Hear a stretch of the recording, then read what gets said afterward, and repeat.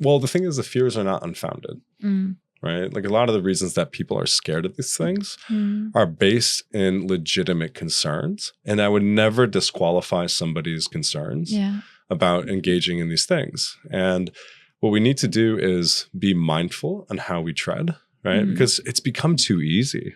You download an app, you open the app, and then guess what? You've just invested 1,500 hours over the next 5 years into something that is a fundamental distraction from everything. Yeah.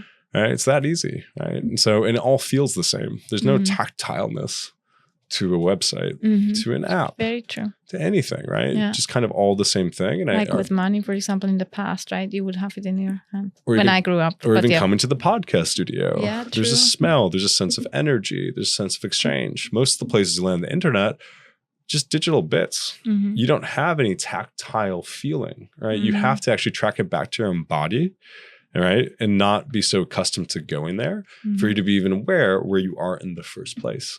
And so we're losing a lot of, we don't have any of these societal cues, right? That we're entering into a place that maybe we should think twice about being in. Yeah, right? Very true. And I feel like there's a lot of corners that are very scary to people.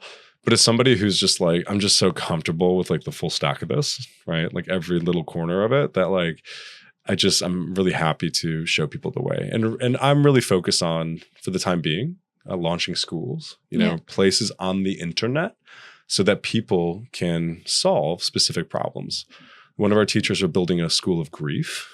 Her name is Lottie Bowser. She lost her partner and her dad to cancer and COVID several years ago. And so she just launched a book and we're building a school that people can go to grieve. So building these places on the internet that are solving real world human problems at scale is my current mission. And then in the future, I think we'll do some, maybe around a better relationship with the internet, maybe around, blending AI to do certain things, maybe to use crypto when that becomes hyper relevant, and it will in the next 10 years. So we'll be there building programs to teach people the fundamentals of humaning in the age of the internet. And you're building that kind of yourself with people, or is it them and you're advising or like consulting? So we do everything full stack. So we take on the internet part. Yes, because you love it, right? Like we take care of the website in the back end. We write the first version of the copy. We train them in sales, right? We help them with the curriculum. And their only job is to, one, engage their audience, right? Go find the people who need the medicine that they are serving. Yeah. And then two is to make some really badass curriculum, and we help them with that too. We take care of everything else. And the reason that we decided to move in this direction is we had a venture studio. So for 4 years, we would build anything under the sun. So it was like we did like corporate apps, and we did AI apps, and we did apps on your phone, apps on the computer, right? We did anything and everything that was asked of us. And when I zoomed out and looked at my big theory of change, right, and sort of the projects that have been successful, the things that have really transformed my life, what I discovered is that human first, internet integrated group programs are the best way to solve problems at scale. Right? Say that again. Human first. Human first, internet integrated Now I got it. group programs are the best way to solve problems at scale. Oh, you could say it again. I'm impressed. Yeah, but I got it. A lot of people, they'll download an app, right? Never open it again.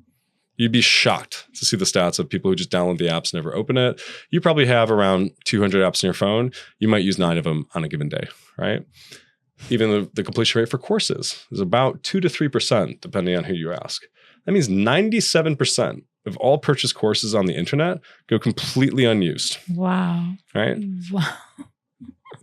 But when you have a group of hyper-motivated people stepping into container, facilitated by a human, right, that's actively facilitating that transformation, that's much more in alignment with how we're used to experiencing transformative change as a species, right? Sitting around a fire and talking about the things that we're going through. It's having a shared splitting head migraine and a shared outcome in mind. That's how you can facilitate real change. So we kind of moved away from just launching technology for technology's sake and looking at how we can make the biggest impact. And I genuinely believe it's through a model of teachers, right? Building group programs and using the best of the internet to attract people with very specific problems.